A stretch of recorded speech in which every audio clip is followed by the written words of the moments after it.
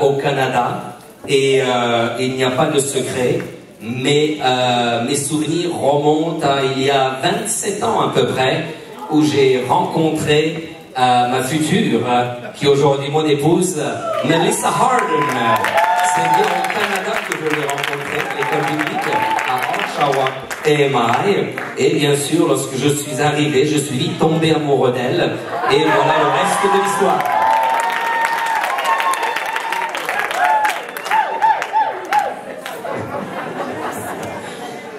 Qu'il est beau de tomber amoureux. Nous sommes tous amoureux de Jésus. Content de vous voir tous. Nous étions là en 2008 pour votre 3e conférence francophone de Montréal. Et si mes souvenirs sont bons, le thème qui était pour cette conférence était émerge. Émerger, qui signifie sortir de, apparaître au-dessus de. Et Dieu nous avait fort parlé à cette convention, à cette conférence, et Dieu nous avait donné un message prophétique à cette conférence. Dieu nous avait donné une vision pour Montréal et pour le peuple francophone. Et 5 ans plus tard, je suis de retour et je peux dire waouh! Regarde ce que Dieu a fait. Alléluia. À Dieu soit toute la gloire pour ce que nous contemplons. Et je peux dire ce soir avec affirmation, alléluia, amen, avec conviction que Dieu est fidèle dans sa parole. Et Dieu est fidèle en ses promesses. Il nous avait projetés en avant. Amen. Et quand je regardais en arrière, il y a 5 ans de cela, il nous avait projetés en avant en nous rappelant qu'il était immuable. C'est-à-dire qu'il ne change pas. Alléluia. Alléluia. Il nous a encouragés à être un violent dans le royaume de Dieu. Parce que ce sont les violents qui s'emparent du royaume des cieux. Il est temps pour chacun d'entre nous d'être actif et non pas passif. Dieu cherche, amen, des hommes et des femmes qui sont prêts à se donner aujourd'hui pour être utilisables demain. Alléluia. Amen. Il nous a exhortés à faire silence pour entendre la voix de Dieu. Aujourd'hui même, nous sommes là pour cette conférence nord-américaine d'évangélisation francophone et nous nous sommes préparés pour cet événement.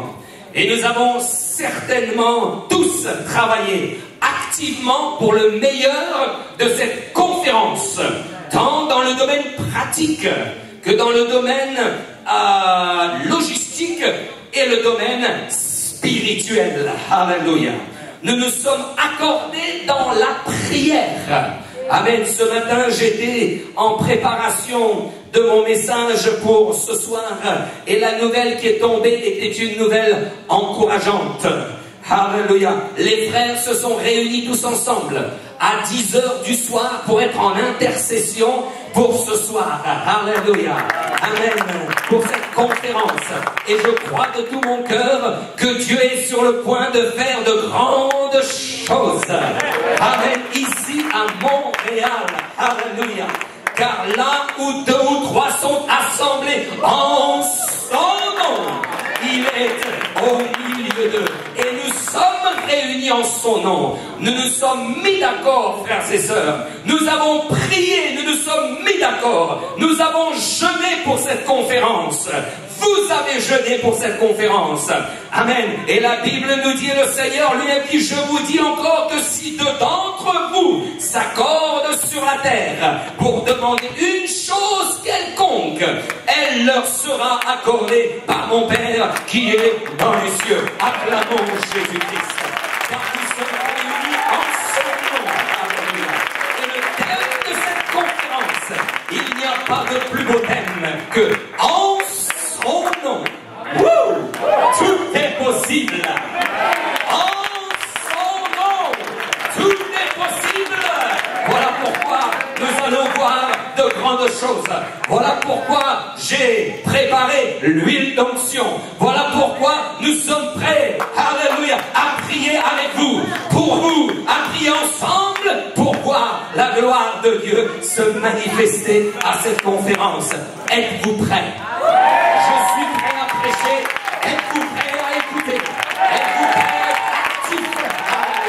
Y mettre tout votre cœur, toute votre énergie, toute votre force, de voir la chaîne à l'épreuve descendre et remplir ce lieu. Là où que vous soyez rassemblés en son nom, il est au milieu d'eux. Et là où est Jésus, quelque chose, frère Kaosi, doit se passer. Quelque chose va se passer ce week-end. Des miracles vont prendre place. Alléluia. Les âmes seront remplies du Saint-Esprit. Oh, des péchés seront pardonnés. Alléluia. Car ce sont des promesses de notre Dieu. Oh, merci Seigneur. En son nom, tout est possible. Quand je regarde sur cette affiche et je vois l'écriture, tous les prophètes rendent de lui le témoignage que quiconque croit en lui reçoit par son nom le pardon des péchés. Acte 10, 43. Ce qui est impossible aux hommes est possible à Dieu. Un grand merci pour votre accueil chaleureux, pour votre hospitalité. Merci frère Kaosi et son épouse. Alléluia. Merci frère Kaosi pour votre invitation en cette occasion. Merci frère Graham pour votre vision, et ce depuis des années, pour le monde francophone. Et voilà le résultat. Alléluia. Merci à l'église pentecôtiste unie, qui œuvre dans le monde entier aujourd'hui. Oh merci Seigneur. Nous allons vivre, frères et sœurs. Est-ce que vous êtes prêts? Nous allons vivre l'extraordinaire. Ce côté dit extra et ce côté dit ordinaire.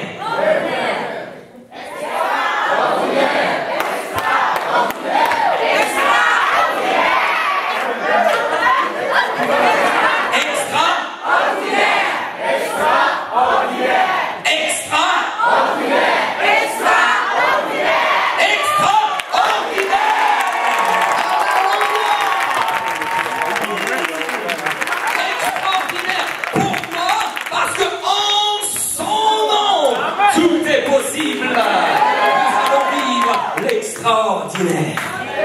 Que signifie extra? Extra se dit de ce qui est de qualité supérieure, ce qui est en dehors des habitudes, ce qui sort de l'ordinaire, ce qui échappe au raisonnement humain. Certaines choses vont échapper à votre raisonnement humain. Ce qui est incroyable est extraordinaire. Les choses extraordinaires, ce sont des grandes choses exceptionnelles et inhabituelles. La Bible nous dit, et Dieu faisait des miracles extraordinaires. Comment? Par les mains de Paul.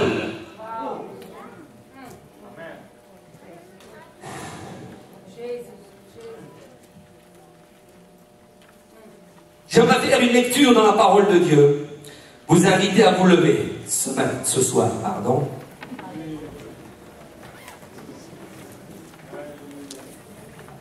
J'ai dit au frère Kaosi en arrivant, donne-moi du temps, frère. J'ai besoin de rechercher la face de Dieu pour cette conférence. Je ne veux pas être un autre prédicateur. Je ne veux pas que ce soit un autre message.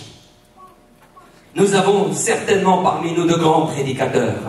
Et je suis content de vous avoir tous. Amen. Nous ne voulons pas une autre réunion. Nous ne voulons pas simplement une autre conférence. Mais nous voulons la conférence qui fera la différence, qui nous propulsera en avant. Et je sens fortement, quand j'ai pensé à ce thème, en son nom tout est possible, j'ai commencé à regarder toutes les écritures dans la Bible qui parlent de ce nom, qui parlent concernant son nom. Vous savez quoi? Il y a tant de choses à dire sur ce nom.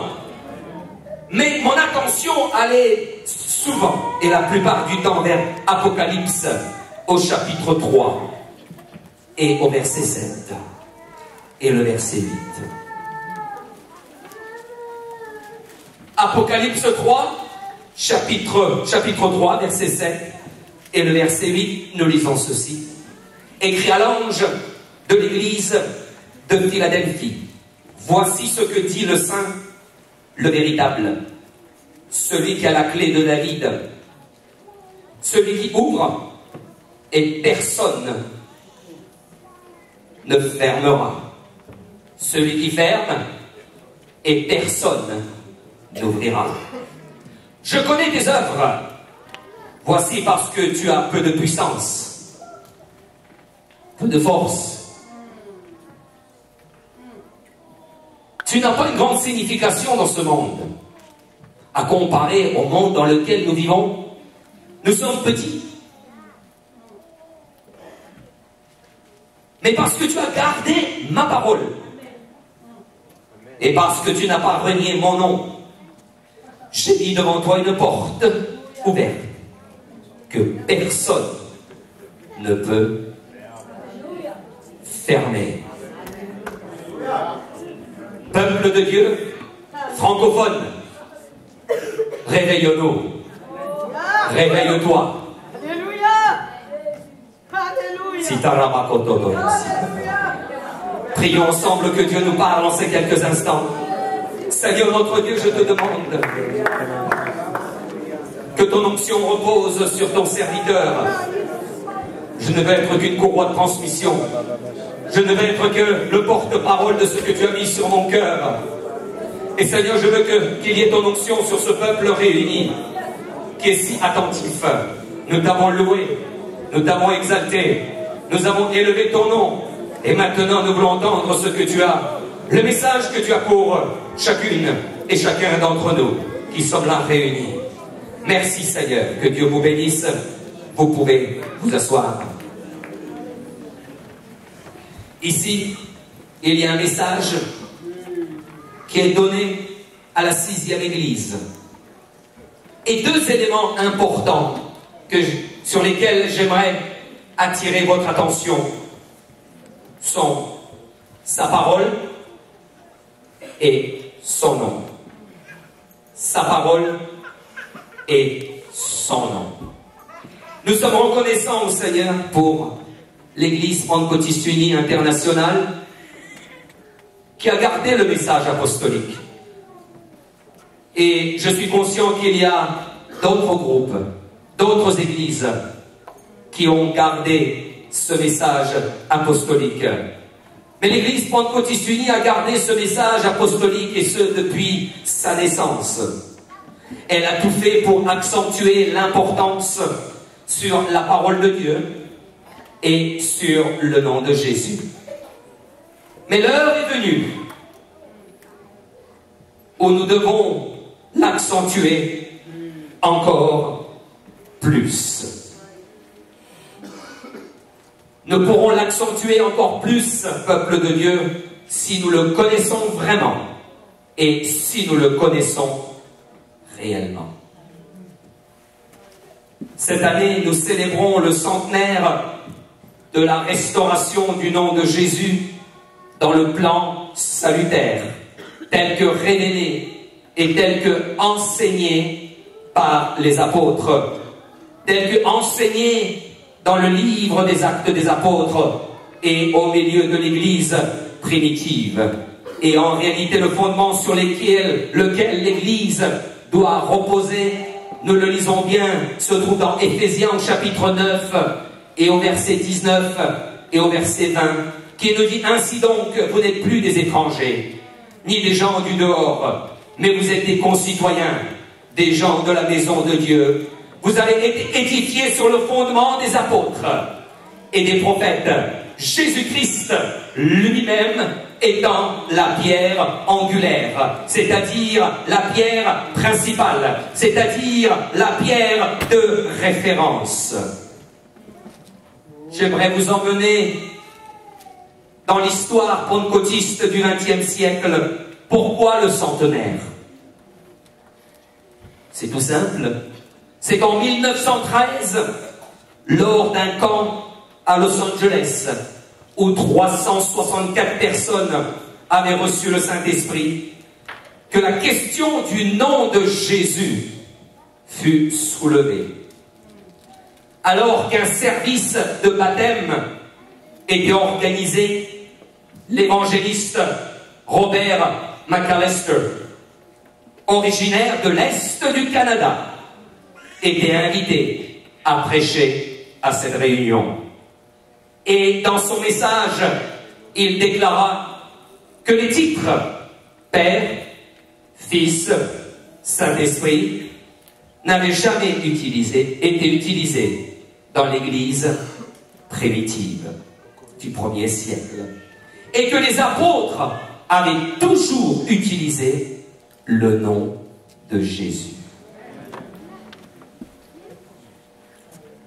Ce message fut comme une grande explosion dans le réveil du XXe siècle. Le frère McAllister avait reçu le Saint-Esprit en 1906 à la mission que nous connaissons tous d'Azusa Street, qui était en réalité la continuité du réveil pentecôtiste qui avait commencé la veille du 31 décembre 1900. Si vous connaissez un peu l'histoire de ce réveil, en 1900, où 115 personnes étaient réunies, c'est-à-dire 75 personnes avaient rejoint les 40 étudiants de l'école biblique du Topeka, Kansas, Bethel College, où le président était Parham lui-même. Et ce groupe avait soif de Dieu. Ce groupe avait soif du Saint-Esprit. Et c'est à cette veillée que la sœur Agnès Haussmann fut la première à recevoir le Saint-Esprit. D'où la naissance du réveil pentecôtiste du XXe siècle. Et ce n'est qu'en 1913 que la question du nom de Jésus fut alors soulevée. Le frère McAllister établit les premières églises pentecôtistes de l'Est de l'Ontario. Et puis le nom de Jésus, l'histoire nous dit, n'a cessé d'être élevé, n'a cessé d'être exalté, n'a cessé d'être honoré, enseigné, prêché. Et à Dieu soit la gloire pour tout ce qui a été fait à ce jour. Mais, l'histoire, c'est beau, et nous ne voulons pas l'oublier. Mais, il semblerait qu'une porte grande et d'un accès efficace s'ouvre et est ouverte sur le peuple francophone. Et nous voulons donner toute la gloire à Dieu. Certes, les adversaires ou les adversités ont été nombreuses et seront nombreux et nombreuses.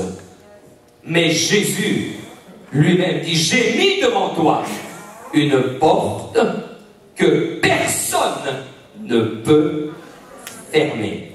Pourquoi? Parce que tu as gardé ma parole et tu n'as pas renié mon nom. Donc pourquoi cette conférence nord-américaine d'évangélisation francophone parce que ensemble, nous voulons relever le grand défi qui est devant nous. Et j'aimerais partager avec vous quelques statistiques qui vont nous faire bien réfléchir et qui nous aideront à être encore plus actifs dans l'évangélisation. La population de la France est de 65 millions d'habitants. Bordeaux, de la ville d'où je viens avec mon épouse, représente 740 000 habitants. Au total, le français est pratiqué sur les 5 continents: l'Amérique, l'Afrique, l'Asie, l'Europe et l'Océanie. Le français est parlé sur ces 5 continents par près de 300 millions de locuteurs. Et d'après les études, d'ici 2025, ce chiffre atteindra 400 millions.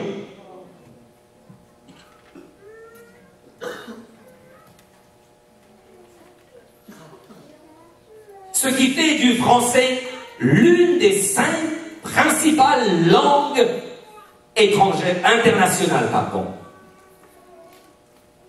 Vu de certaines statistiques, elle est au 4e rang quant à son importance. L'évolution du nombre de francophones est incroyable. Dans le monde, le francophone ne cesse de grandir, passant, écoutez bien, de 106 millions en 1985 à 173 millions en 1997 et à 200 millions en 2005 et à 220 millions en 2010. Les francophones en Amérique du Nord, et c'est ce qui nous intéresse ce soir. En 2013, la population du Canada était de 35 millions. Les francophones étaient de 7,5 millions. Frère Kaosi, il y a un grand défi devant toi. Église de Montréal, il y a un grand défi devant vous. Frère Graham, il y a un grand défi devant chacune et chacun d'entre nous. La population des USA, puisque nous parlons de la Nord-Amérique, en 2012 était de 315 millions. La communauté française était représentée par 200 000 personnes. La communauté française. 13 millions d'Américains se réclament d'origine française. 2,1 millions parlent le français au quotidien. Wow. 5 à 6 millions de francophones aux USA, ce qui fait un total sur le continent nord-américain d'environ 13 à 14 millions d'hommes et de femmes qui parlent le français. La tâche est immense, le défi est grand, mais une porte d'un accès efficace est désormais ouverte.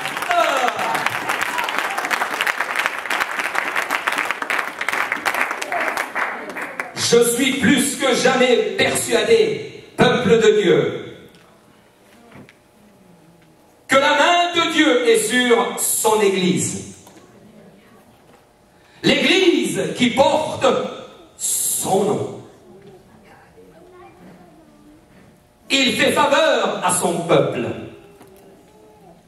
Le peuple qui a gardé sa parole et qui a gardé son nom élevé bien haut.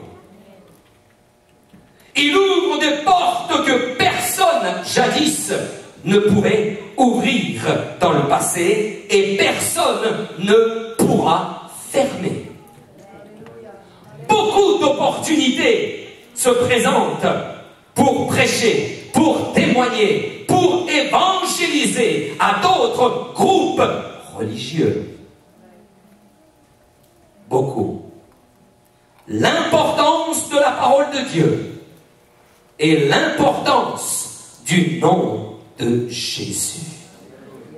Église, nous vivons l'époque la plus palpitante. Bien souvent, nous disons « Oh, j'aurais aimé être à l'époque de Jésus ». Laissez-moi vous dire, nous vivons l'époque la plus palpitante. Alléluia. Parce que son retour est imminent. Mais avant son retour, alléluia, lorsque son nom sera élevé, lorsque son nom sera exalté, lorsque son nom sera glorifié, lorsque son nom sera loué par les chants, par les cantiques, par l'adoration et l'exaltation du peuple de Dieu, mon ami, mon frère, ma soeur, des miracles prendront place. Alléluia. Êtes-vous prêts à voir l'extraordinaire? Alléluia. Regardez autour de vous et alléluia, ces quelques jours seront extraordinaires qui marqueront l'histoire du monde francophone en Nord-Amérique. Et ce, depuis Montréal. Le Seigneur m'a parlé. Montréal,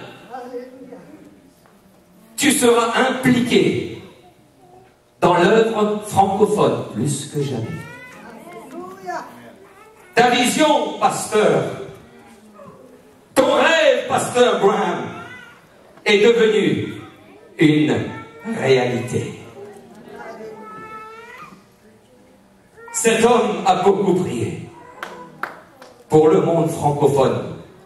Cet homme a versé des larmes pour le monde francophone. Cet homme s'est battu pour une œuvre francophone. Regarde ce que Dieu est en train de faire. Son rêve est devenu une réalité. Alléluia. Une porte est ouverte désormais. Nous vivons notre époque. Ceci est notre jour. Ceci est notre heure. Et l'heure est venue, mon ami, mon frère, ma soeur, peuple de Dieu, à une mobilisation générale. Disons ensemble, mobilisation. Mobilisation générale pour une croissance quantitative, mais aussi une croissance qualitative. Disons ensemble quantité, mais aussi qualité. Alléluia. Nous voulons plus que jamais accentuer l'importance de son nom, l'importance du plan du salut selon la parole de Dieu, l'importance de reconnaître le seul unique Dieu, et son nom est Jésus. Il n'y a pas d'autre nom qui nous a été donné, alléluia, sur la terre. Oh, merci Seigneur. Seul nom qui nous a été donné, et il a été mentionné tout à l'heure, Acte 4:12, son nom est Jésus. Oh, alléluia, son nom est Jésus. Nous avons là le message qui nous différencie des autres groupes religieux. Mais sachons que notre message, c'est-à-dire le message apostolique, est le seul message révélé dans la parole de Dieu. Seul message message. Il n'y a pas d'autre message. Et ce message, avec le temps, il semblerait qu'il a beaucoup changé dans le monde religieux. Mais merci Seigneur, parce que ce message n'a pas changé dans l'église de Jésus-Christ. L'église qui porte son nom. L'église qui est rachetée par le sang de Christ. L'église qui proclame le nom de Jésus. Disons ensemble, Jésus. Disons ensemble plus fort. Tous les enfants. Tous les enfants. Oh, que c'est beau. Seul message que l'église primitive prêchait. Seul message que l'église primitive enseignait. Et ce message doit brûler dans notre cœur. Et ce message, alléluia, doit brûler dans le cœur de nos enfants. Ce message doit brûler dans le cœur de nos jeunes. Ce message doit brûler dans le cœur de tous les prédicateurs. Et ce message doit brûler dans le cœur de tous ceux qui sont appelés de Dieu. Alléluia. Le message apostolique. Oh, merci Seigneur. Amen. Le message de la repentance pour le pardon des péchés. Le message du baptême d'eau au nom du Seigneur Jésus-Christ pour la rémission des péchés. Le message du baptême du Saint-Esprit avec l'évidence du parler en d'autres langues selon que l'Esprit donne de s'exprimer. Et le message de la sainteté sans laquelle personne ne verra Dieu. Sommes-nous convaincus de ce message? Ce n'est pas un message qui appartient à une organisation, mais ce message appartient au peuple de Dieu. Ce message appartient à son peuple, à son église. Alléluia. Amen. Merci Seigneur pour l'organisation. Et nous avons tous besoin d'une organisation. Amen. Amen. Nous ne servons pas une organisation. C'est l'organisation qui nous sert. Nous servons un grand Dieu. Et son nom est. Et son nom est. Et son nom est. Et son nom est. Son nom est. Jésus. Alléluia. Acclamons-le bien fort et bien haut. Oh, merci Seigneur. Merci. Donc, l'heure est venue, Église, écoutez-moi bien, de mobiliser tout notre potentiel. Il y a un tel potentiel dans cette salle. Regarde ton voisin et dis-lui tu as un potentiel.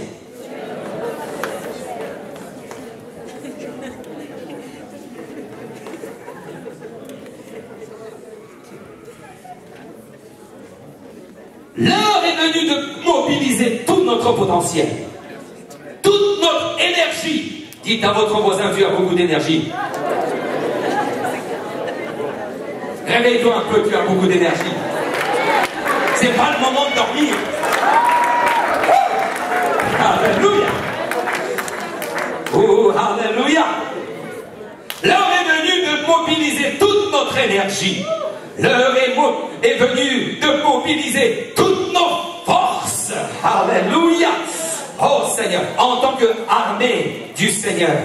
Pourquoi? Parce qu'une armée, certes, peut être puissante par rapport à ce qu'elle possède. Et nous possédons quelque chose de puissant. Le nom de Jésus.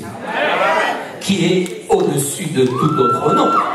Le nom de Jésus, le plus excellent. Le nom de Jésus qui est le nom saint, le nom de Jésus qui est merveilleux, le nom de Jésus qui est au-dessus de tous les noms.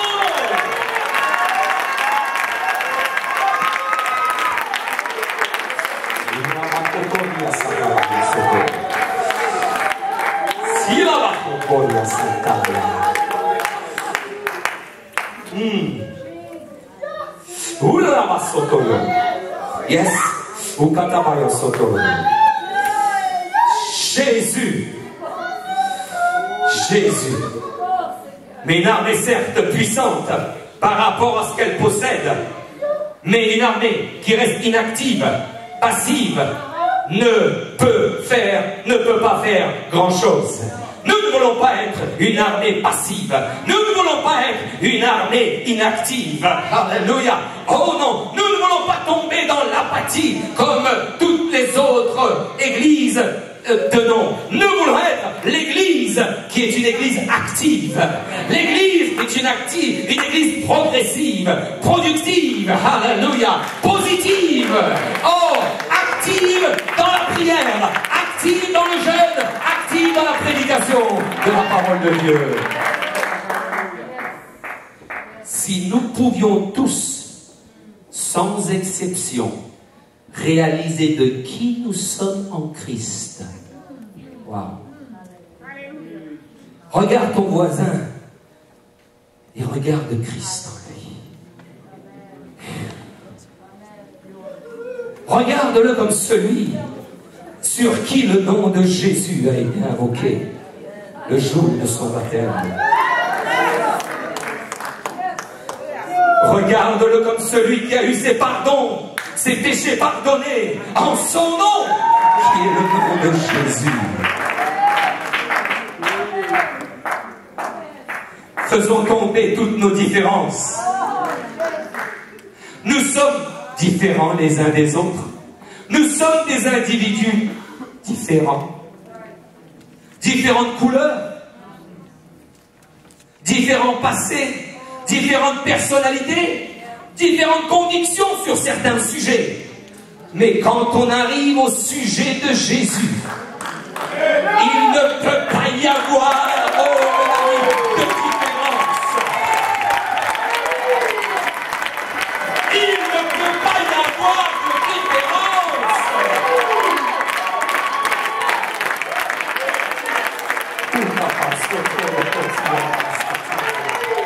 Oui, exaltons le nom de Jésus. Oui, élevons le nom de Jésus. Lorsque son nom est élevé, lorsque son nom est exalté, lorsque son nom est loué, alors c'est là où la gloire de Dieu vient. C'est là où le cheminade répond. Alléluia, alléluia. Alléluia, alléluia.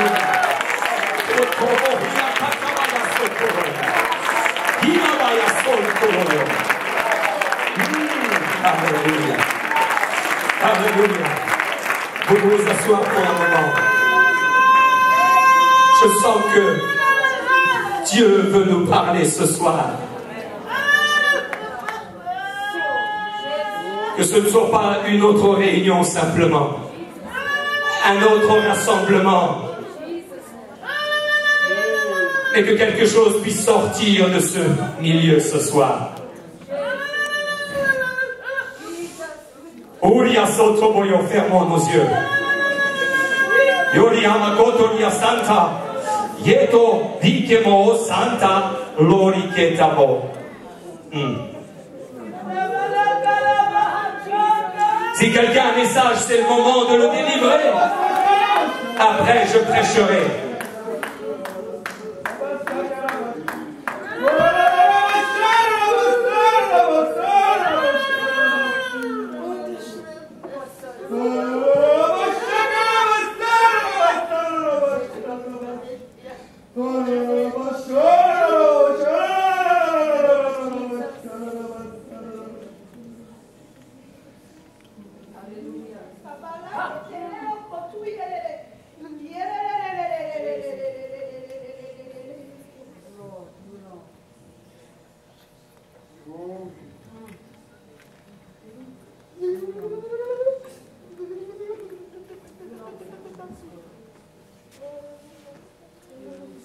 Si nous pouvions tous, sans exception, réaliser de qui nous sommes en Jésus-Christ, de quel nom nous proclamons, de quel nom nous portons, l'Église dans son ensemble expérimenterait une grande révolution et ferait trembler les portes de l'enfer. Quand le nom de Jésus est prononcé, l'enfer tremble. Quand le nom de de Jésus est prononcé, les démons tremblent. Quand le nom de Jésus est proclamé, les péchés sont pardonnés. Quand le nom de Jésus est proclamé, tu reçois la guérison en son nom. Et demain, nous verrons que tout est possible. Mais aujourd'hui, focalisons-nous sur en son nom. En son nom. Cette armée, ce peuple, libéré de son apathie. Soyons libérés de notre apathie. Soyons libérés de notre passivité. Soyons libérés de notre état inactif. Engageons-nous dans l'œuvre du Seigneur. Chacun a sa place dans le royaume de Dieu. Nous avons des pasteurs. Nous avons des évangélistes, nous avons des prophètes, nous avons des docteurs, nous avons des apôtres, mais nous avons des hommes et des femmes remplis de la puissance de Dieu et qui peuvent retourner leur monde.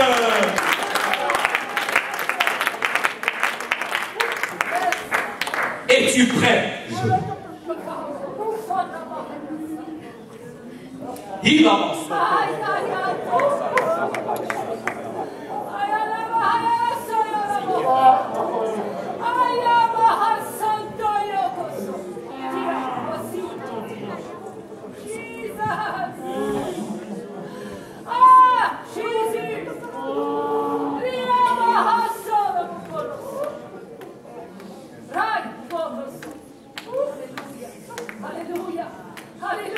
Là où deux ou trois sont assemblés en son nom, il est au milieu d'eux.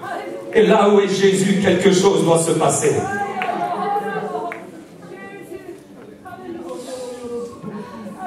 Quelque chose doit se passer. La révélation doit venir. La délivrance doit venir. La guérison doit venir. Là où est Jésus, nous ne pouvons pas rester inactifs. Nous ne pouvons pas rester passifs. Une porte est ouverte d'un accès efficace. La question est la suivante. Vas-tu franchir cette porte? Fankaosi, vas-tu franchir cette porte une fois de plus? Frère Graham, vas-tu franchir cette porte? Dans ton appel pour le peuple francophone.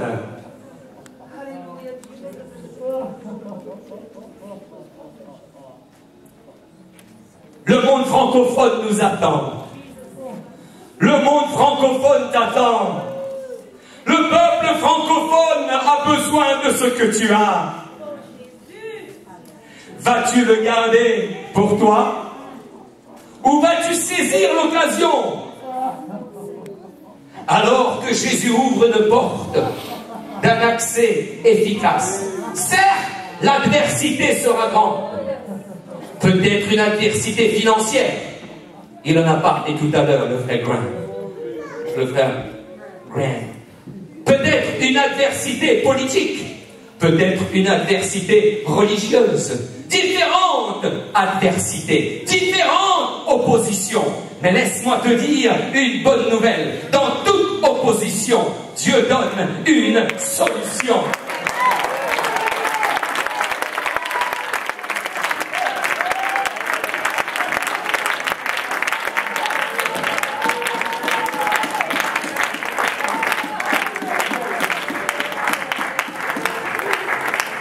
Nous avons fait face à l'adversité à Bordeaux.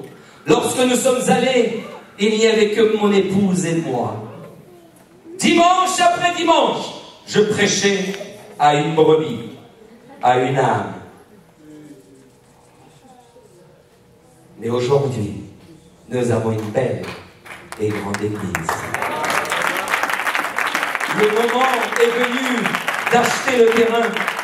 Oh, nous étions un petit troupeau, un petit nombre. Mais nous avons acheté le terrain par la foi. Nous l'avons acheté d'une petite somme. Aujourd'hui, on nous offre 1,2 million d'euros pour l'acheter. Parce que nous avons un terrain stratégique où la ville de Bordeaux va se développer. Une zone en développement qui est devenue un chantier national en France. 5500 appartements vont se construire autour de l'église.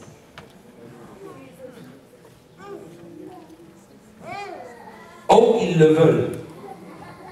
Oh, ils le convoitent. Mais nous sommes là pour rester.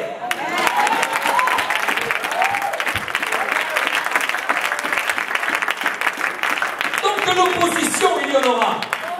Des adversités, il y en aura. Mais quand Dieu ouvre une porte, Mamita est content de la voir ici ce soir. Mamita Teresa, sa fille est dans notre église.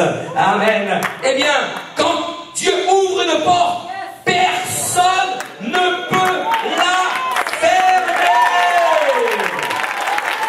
Maintenant, Dieu ouvre une porte pour le peuple francophone à Montréal. Alléluia. À Trois-Rivières et toute la province du Québec.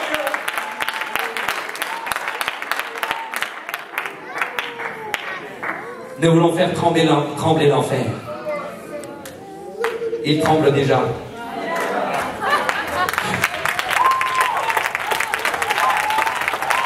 Oh, nous ne tremblons pas, nous nous réjouissons. C'est lui qui tremble. Moi, je me réjouis. Alléluia. Parce que je suis tu prends Dieu qui porte le nom de Jésus.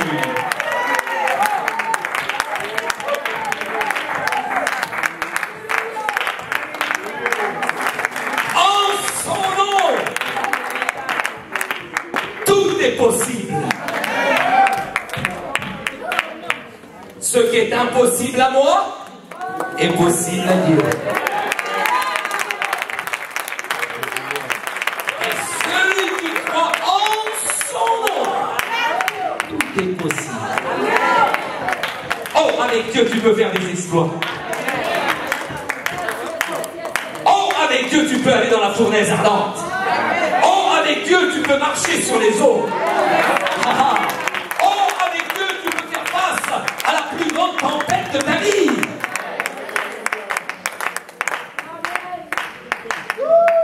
Venons ensemble. Acclamons-le bien fort. Il est là. Il est présent. Son nom est Jésus. Son nom est Jésus. Et nous portons le nom de Jésus. Oui, acclamons-le bien fort. Acclamons-le bien fort.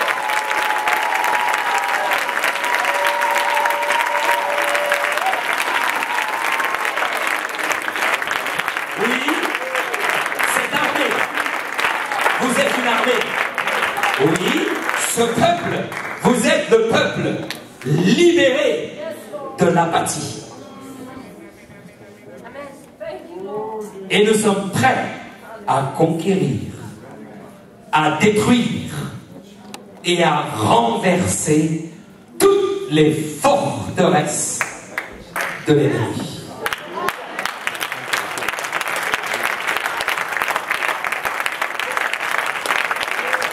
Nous acclamons-le tous ensemble. Alléluia. Alléluia. Alléluia. Alléluia.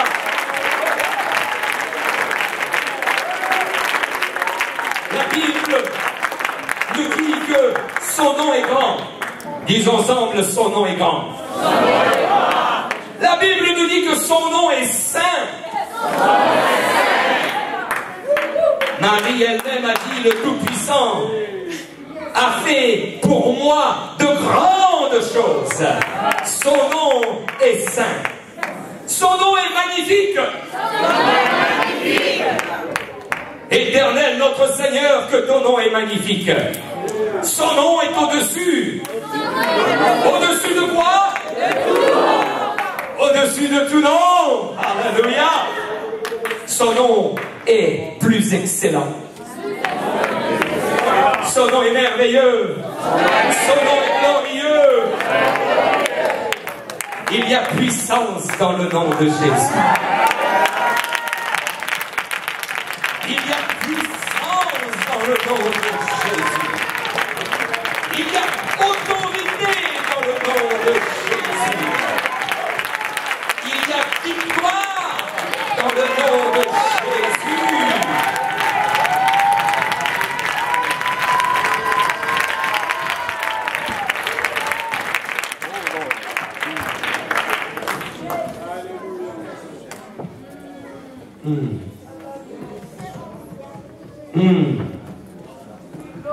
Nous voulons exalter son nom. Le nom de Jésus. Nous voulons prendre le moment d'élever son nom. Nous voulons prendre le temps d'adorer son nom. Nous voulons prendre le temps de bénir son nom. Voilà pourquoi le livre des Actes des Apôtres, qui nous relate l'histoire de l'Église primitive, baigne dans le surnaturel. Parce qu'il a su exalter le nom de Jésus. Parce qu'il a su élever le nom de Jésus. Parce qu'il a su bénir le nom de Jésus. Parce qu'il a su baptiser dans le nom de Jésus. Parce qu'il a su prier dans le nom de Jésus. Alléluia. Disons son Jésus. Jésus est la réponse. Jésus est la réponse au monde francophone d'aujourd'hui. Jésus est la réponse à notre monde. Le Seigneur nous a révélé par prophétie qu'il ouvre une porte. Une porte désormais est ouverte et personne ne pourra la fermer. Je ne sais pas jusqu'où le Seigneur va nous conduire. Mais une porte est ouverte désormais. Veux-tu la franchir? Veux-tu aller plus loin avec Dieu?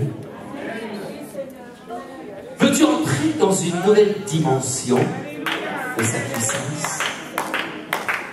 Veux-tu entrer dans une nouvelle dimension de sa gloire?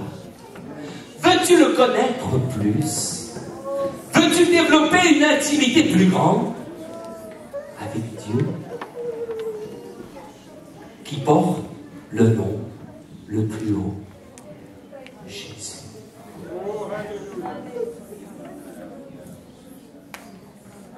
Jésus veut faire quelque chose ce soir. J'aimerais que nous puissions prier. Laissons-le agir. Laissons-le agir. Si quelqu'un veut élever le nom de Jésus, qu'il l'élève maintenant. Si quelqu'un veut exalter le nom de Jésus, qu'il l'exalte maintenant. Et en l'exaltant, en l'élevant, tu vas recevoir ta bénédiction. N'attends pas. N'attends pas. Exalte. Loue le nom de Jésus. Bénis le nom de Jésus. Exalte le nom de Jésus. Glorifie le nom de Jésus.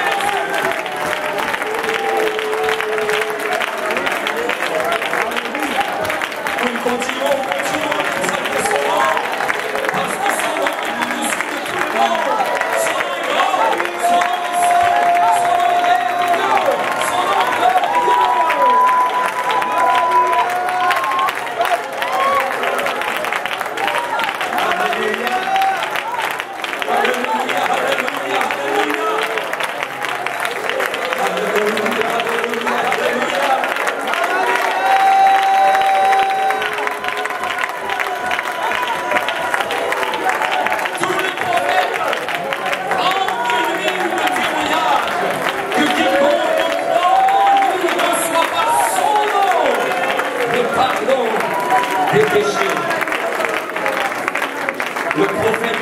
déclare, car un enfant nous est né, un fils nous est donné, et la domination reposera sur son épaule, dans Ésaïe 9:5, et on l'appellera admirable, conseiller, Dieu puissant, Père éternel, et prince de la paix. Et son nom fut révélé à Bethléem. Alléluia. Dans Matthieu 1, nous lisons, tu lui donneras le nom de Jésus. C'est lui qui sauvera son peuple de ses péchés. Alléluia. Oh, quelle est la signification de Jésus? Sinon, Yeshua, Yahweh.